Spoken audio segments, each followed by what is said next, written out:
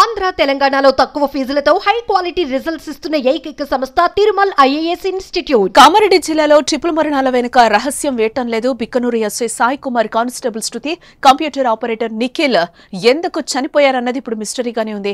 అయితే వారి WhatsApp chatting లో సంచలన విషయాలు వెలుగులోకి వస్తున్నాయి. శృతి, నిఖిల్ ఆత్మహత్య చేసుకోవడానికి ముందుగానే సిద్ధమైనట్టుగా తెలుస్తోంది.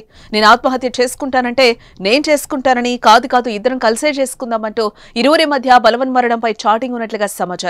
ఎస్ఐతో సైతం పలు విషయాలపై చర్చించినట్లుగా తెలుస్తోంది. శృతి, నిఖిల్ ఆత్మహత్య చేసుకుంటారన్న విషయం ఎస్ఐకి తెలుసా తెలీదా అన్నది ఇప్పుడు ప్రశ్నగా మారింది. బుధవారం ఉదయం 11 గంటల సమయంలో ఎస్ఐ సాయి కుమార్ తన కారులో వెళ్లినట్లుగా బిక్కనూరు టోల్ ప్లాజా వద్ద ఉన్న సీసీ కెమెరాలో రికార్డైంది.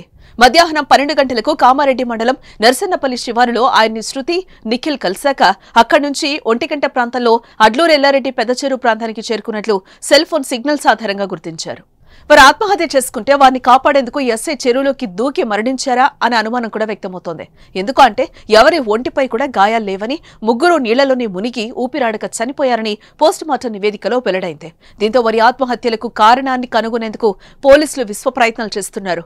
శుక్రవారం అడ్లూరు ఎల్లారెడ్డి చెరువు వద్ద సీన్ రీకన్స్ట్రక్షన్ చేపట్టారు. అయితే సాక్షులు, ఆధారాలు లేకపోవడంతో ఏం తేల్చలేకపోయారు. శనివారం మరోసారి సీన్ రీకన్స్ట్రక్షన్ కు సిద్ధమయ్యారు. ఎస్ఐకు సంబంధించిన 3 ఫోన్లలో ఒక ఫోన్ అన్లాక్ కాలేదు. ఆ ఫోన్లో లాక్ తీస్తే అసలు విషయం బయటపడే అవకాశం ఉంది. దానిని అన్లాక్ చేసేందుకు కూడా పోలీసులు ప్రయత్నిస్తున్నారు.